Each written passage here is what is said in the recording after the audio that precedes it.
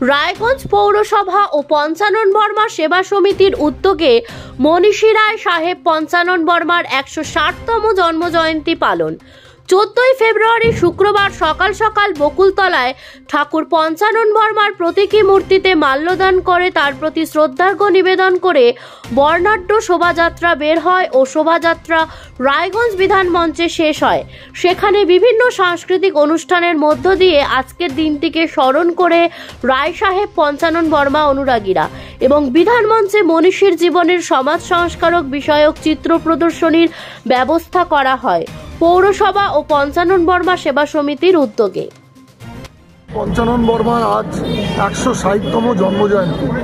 আমরা শ্রদ্ধাপূর্ণ উপায়ে রায়গঞ্জ পৌরসভা এবং পঞ্চানন বর্মা সেবা সমিতির যৌথ উদ্যোগের মধ্যে দিয়ে আজকে সুন্দর সকালে আমরা রায়গঞ্জ পৌরসভা কর্তৃক প্রতিষ্ঠিত পঞ্চানন বর্মার মূর্তির পাদদেশে সকলে উপস্থিত হয়েছিলাম এবং সেখানে আমরা শ্রদ্ধা নিবেদন করেছি, তাকে স্মরণ করেছি, তাকে বরণ করেছি এবং তার পরবর্তীতে এখন আমরা প্রভাত ফেরির মধ্যে দিয়ে আমরা বিধান মঞ্চে পৌঁছে যাব।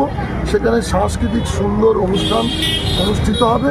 তার মধ্যে দিয়ে আমরা সাংস্কৃতিক অনুষ্ঠানের মধ্যে দিয়ে আমরা তাকে স্মরণ করব, তাকে বরণ করব, তার আদর্শ এবং নীতিকে পাথেয় করে আগামী দিনে 365 দিন যেন আমরা লড়াই করতে পারি সর্বধর্ম সমন্বয়ের জন্য, জাতি ধর্ম বর্ণ নির্বিশেষে সকলকে নিয়ে চলার জন্য আমরা যেন ঐক্যবদ্ধভাবে আমরা শপথ নিতে পারি। তারই জন্যে আজকে সুন্দর এই সাংস্কৃতিক অনুষ্ঠানেরও আয়োজন করা হয়েছে রায়গঞ্জ পৌরসভা এবং পঞ্চানন বর্মা সেবা সমিতির যৌথ তত্ত্বাবধানের মধ্যে।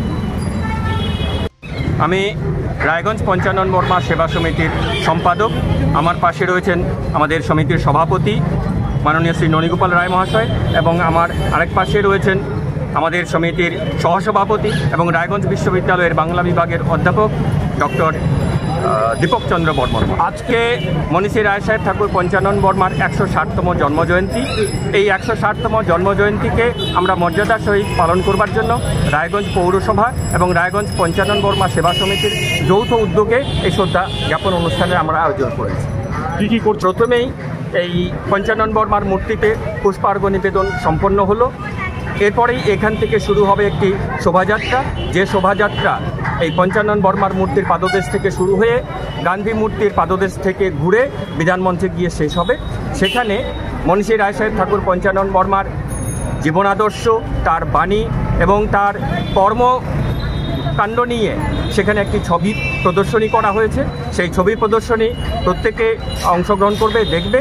তারপরেই সেখানে বিধানমঞ্চে আলোচনা সভা এবং একটি সাংস্কৃতিক অনুষ্ঠানের আয়োজন করা হয়েছে। এই সাংস্কৃতিক অনুষ্ঠানের একদম শেষ পর্বে উত্তর দিনাজপুর জেলার অন্যতম লোক সংস্কৃতি ফনপালা গানও একটি পরিবেশিত হবে। একদিনের এই প্রোগ্রাম।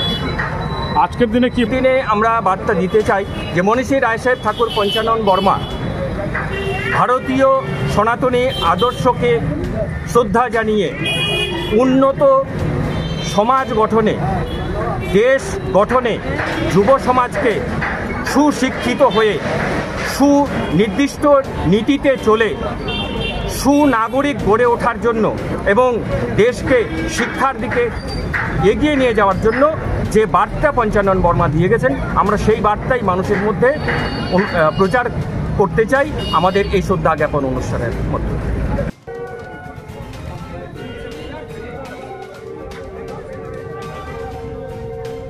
রায়গঞ্জ থেকে ব্রিকেশ বর্মন ও সন্দীপ সাহার রিপোর্ট, খাস খবর 8। रिलायंस डिजिटल का डिजिटल इंडिया सेल शुरू हो चुका है। पाइए 26,000 तक का instant discount leading bank cards पर। साथ ही पाइए फास्टेस्ट डिलीवरी एंड इंस्टॉलेशन, सबसे कम दाम, 14 दिनों की रिटर्न पॉलिसी और इजी EMIs अपने नजदीकी रिलायंस डिजिटल। এখন আপনিও রিপোর্টার, আপনার এলাকার যে কোনো খবর পাঠান এই নম্বরগুলোতে।